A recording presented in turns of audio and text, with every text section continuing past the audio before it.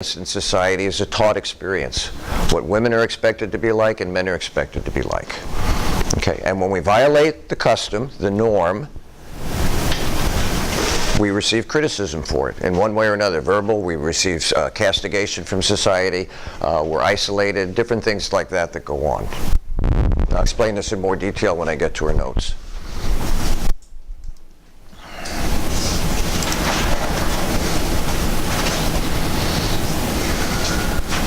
Feminist ethics then seeks to understand, to criticize, and to correct how gender operates within our moral beliefs and practices.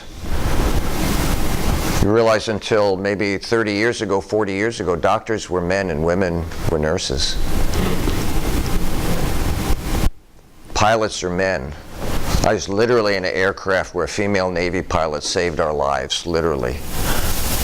In northern Michigan, where we would fly in, it's a big city called Traverse City. They only have one runway that goes north and south, and the wind always goes east and west.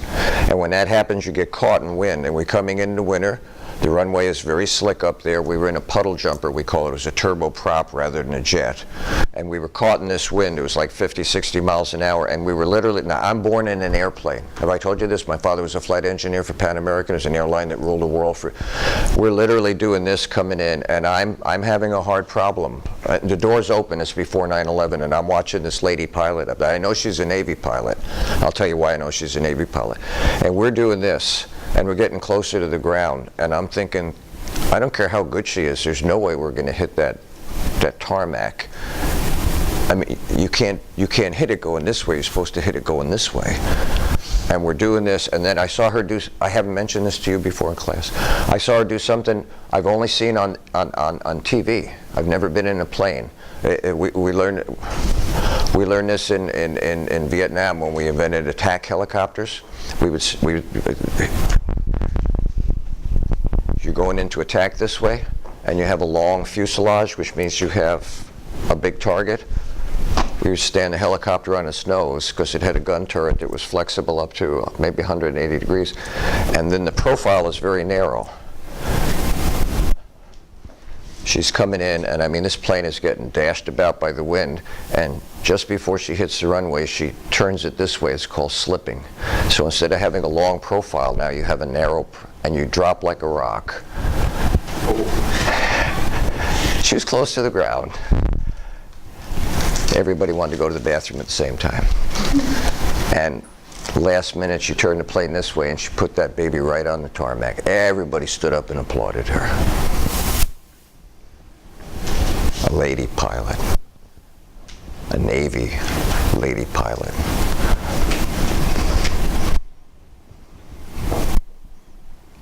Go ahead. So I'm assuming this is a time that women weren't super known to do that? They just weren't invited. In the military, women were invited into the Army, Air Force. There were no women. Suddenly, women are now invited in the Air Force, but you have your place, you do statistical work, you sit behind a desk, and now suddenly the second wave movement brought women to the foreground. Women now have access.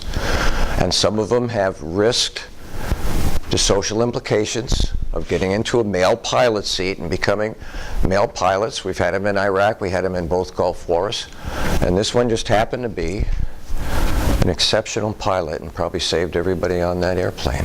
I mean, I know people, I probably have 80,000 miles in the air.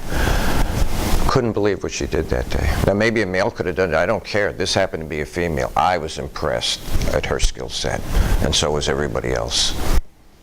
I was going to say, up until recently, in the military specifically, 10 to 15, maybe 20 years, even when women were accepted in, it was always, like you said, secretarial, or it was never on the front lines. And sure.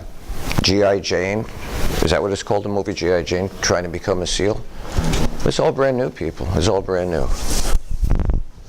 So there are two central commitments. The subordination of women is morally wrong, and the moral experience of women is worthy of respect. Not easily separated, however, from feminist politics, and I'll get into that. I want to go through the notes now. It's been assumed that women should separate politics from ethics. No, you don't. You live a life, and it includes both ethics, and it includes politics, it includes marriage, it includes childbearing, careers, everything. There should be no separation to it. It's all one package. Some express this way, some express that way. So any questions just about that? It's just 2 short little clips. What's important now, and this will be central to your quiz, where is it?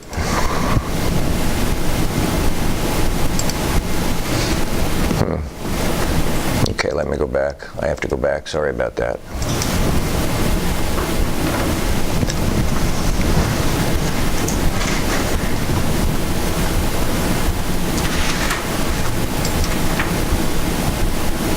Okay. Now this is key, people, to understanding your quiz. This is different than maybe what you're aware of or what you think about. So try and get this right. Oh, by the way, anybody leave this here? Sorry about that. I was going to ask before we started. Thank you, dear. According to Lindemann, feminism is fundamentally concerned with unequal distribution of power between men and women, not equal distribution.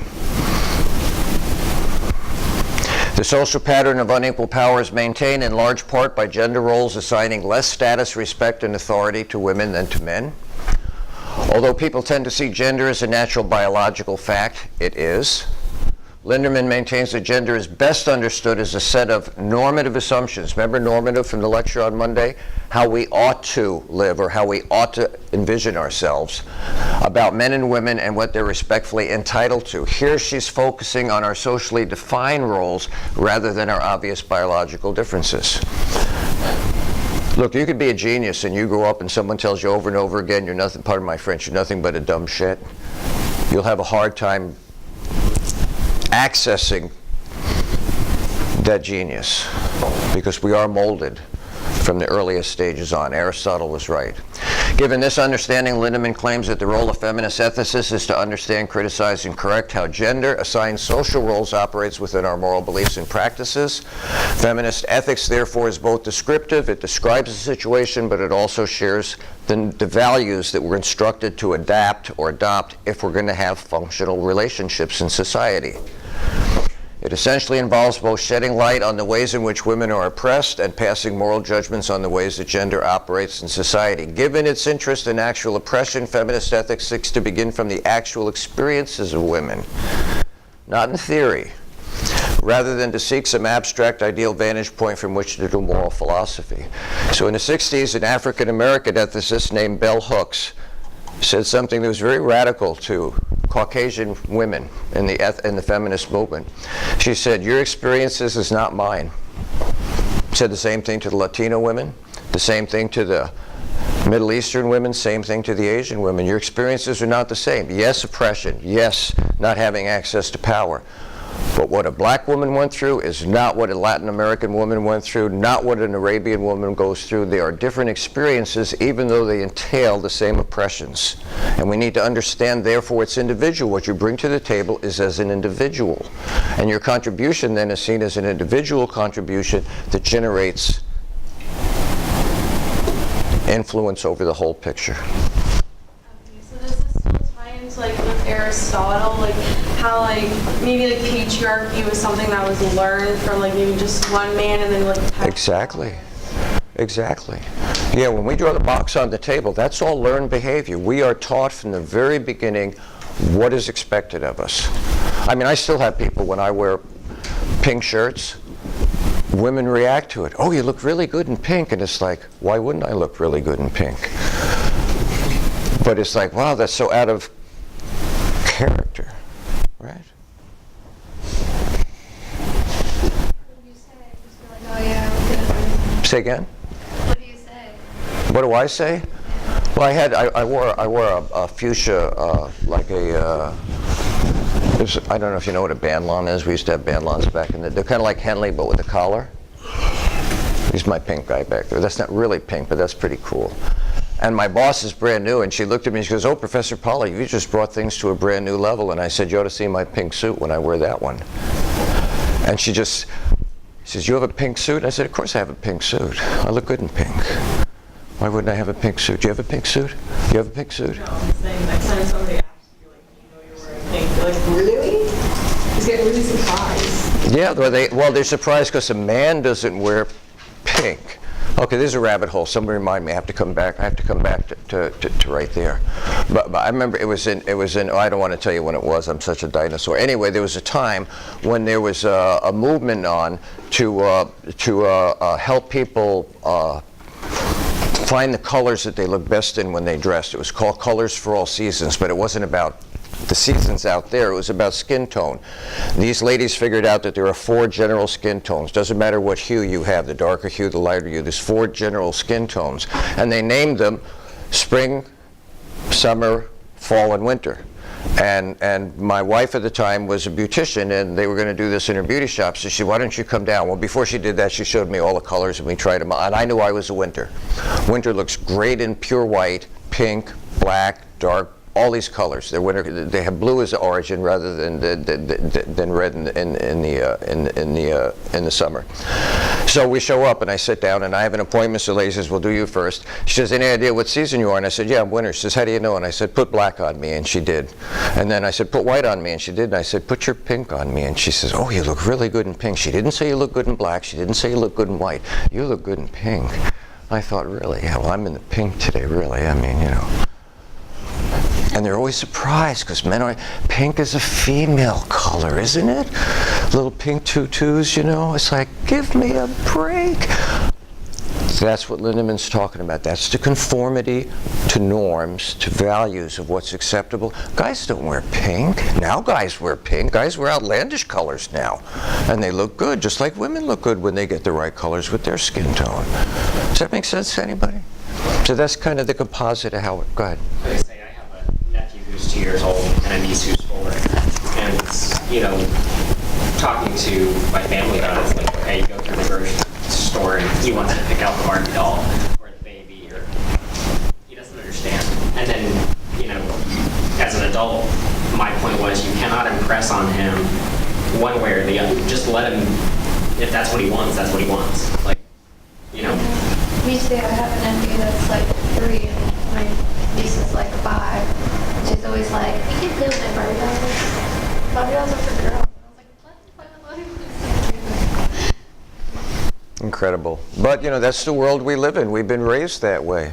Look, what I didn't bring up on Monday when we talked about utilitarianism, I was going to talk about 6 criticisms of it. One of them was when Christopher came back from the, the Columbus guy, Christopher Columbus, when he comes back from the New World, he brings 3 things of importance. He brings gold with him, chocolate, and bananas. And Spain was thrilled. But when that commerce made its way across the English Channel, Queen Elizabeth, the Victorian queen, thought gold was cool, chocolate was good. She didn't want bananas in the kingdom because they were too phallic.